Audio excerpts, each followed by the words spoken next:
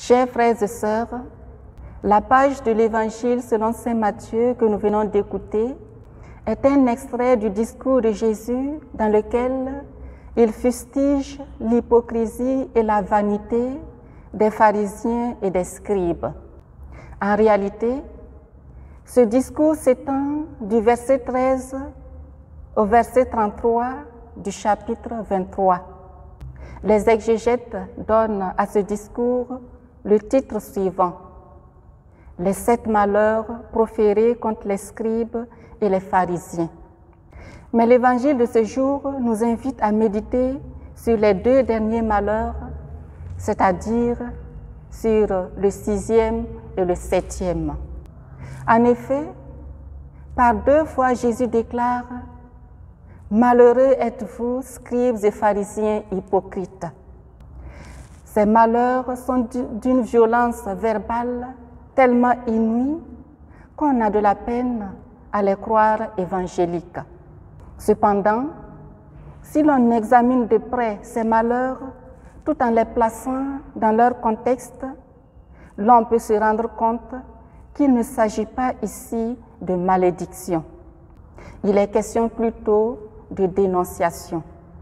En effet, Jésus dénonce le péché et la menace d'un jugement qui peut être encore évité par la conversion du cœur. Ces malheurs dénoncent en particulier les péchés de l'hypocrisie, de la simulation, de la piété et de la vanité. Chers frères et sœurs, Jésus nous met en garde contre l'apparence trompeuse de l'hypocrisie et de la simulation.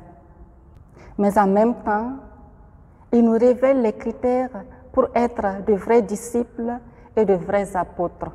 C'est en vivant dans la vérité devant Dieu et devant les hommes que l'on devient un vrai disciple et un vrai apôtre. Pour éviter l'apparence trompeuse, nous sommes conviés à une conversion intérieure qui doit être ensuite traduite extérieurement par des actions exemplaires et agréables à Dieu.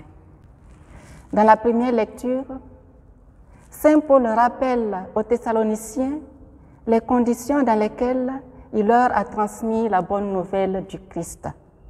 C'est en vivant une vie si sainte, si juste et irréprochable, tout en supportant les peines et les fatigues, que saint Paul a prêché l'Évangile en Thessalonique.